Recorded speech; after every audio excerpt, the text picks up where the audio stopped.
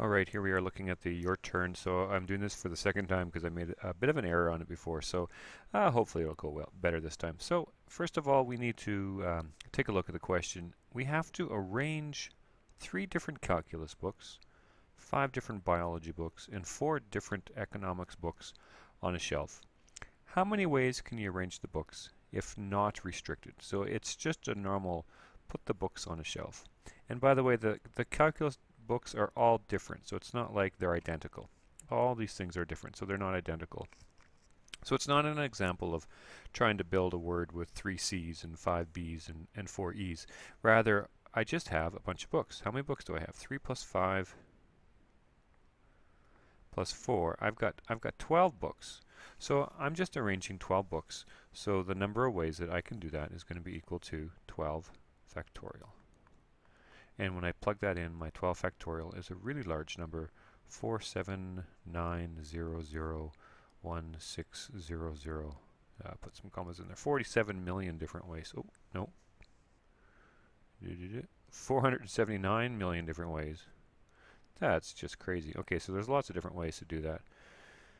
And the next question is, now, how many ways can you arrange the books if they must be arranged by subject area? So, in other words, I need to put all the calculus books together, all the biology books together, and all the economic books together.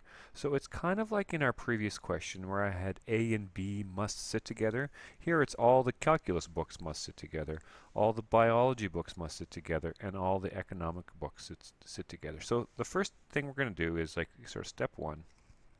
We're going to tie together the subject areas. So tie together the books by subject. At this point, after we've tied them together, I have one object, which are the calculus books. I have a second object, which is the biology books, and I have a third object, which is the economic books. So when we place those, so we have 3 objects, and we need to place those, and so that will be 3 factorial, or 6. Okay. Now our second step, now within each one, within each one, calculus books. So place objects within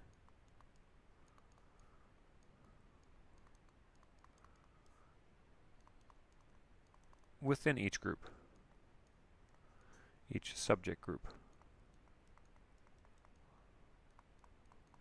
So looking at the 3 calculus books, how many different ways are there to place the 3 calculus books? 3 factorial. How many different ways to place the 5 biology books? 5 factorial. How many different ways to place the 4 economic books? 4 factorial. So at the end of the day then, once we've done both steps, it will be 3 factorial times 3 factorial times 5 factorial times 4 factorial. This 3 factorial represents the placing of the 3 subject areas. Now within the first subject area, this is placing the calculus books, the biology books, and then the economic books. And when we multiply all that out, we get a fairly large number. Not surprising, 103,680. Okay, so that's the answer for our second question. Now our last one, how many ways can you arrange the books if all the calculus books must go on the right end of the shelf? Okay, so let's imagine we have 12 books altogether, right? We added those together.